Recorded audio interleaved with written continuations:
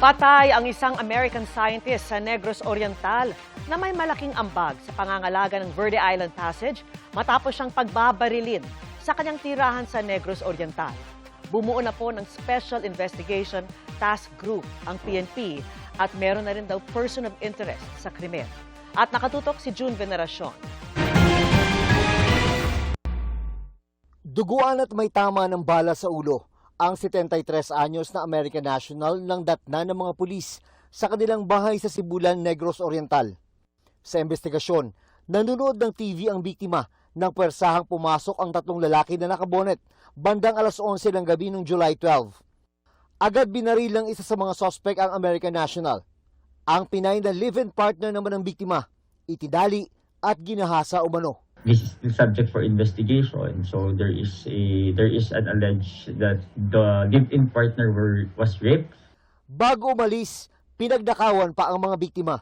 May mga kinuha po sila mga gamit doon, a laptop, some cash, and isang backpack na containing some IDs, yun lang po. Then, umalis na yung mga salarin. Bumuo na ng Special Investigation Task Group ang PNP. Sa ngayon, meron ng person of interest sa mga investigador, pero hindi pa masabi ng PNP kung kasama ba ito sa tatlong suspect na pumasok sa bahay ng mga biktima o siya mismo ang nagplano sa krimen.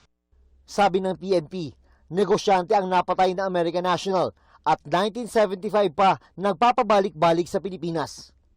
Kinilala ang biktima na si Kent Carpenter, isa sa mga gumawa ng pag-aaral na tumukoy sa Verde Island Passage sa pagitan ng Southern Luzon at Mimaropa bilang Center of Marine Shore Fish Diversity sa buong mundo at nagsulong na pangalagaan ito.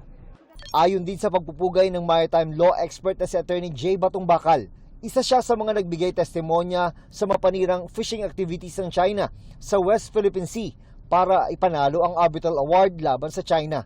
Kaya dapat daw mapanagot sa batas ang mga may gawa ng krimen. It could be connected dun sa kanyang trabaho, pwedeng sa personal life, pwedeng sa business if there's any. Yun po, titignan po natin lahat. Or it could be normal talagang robbery lang.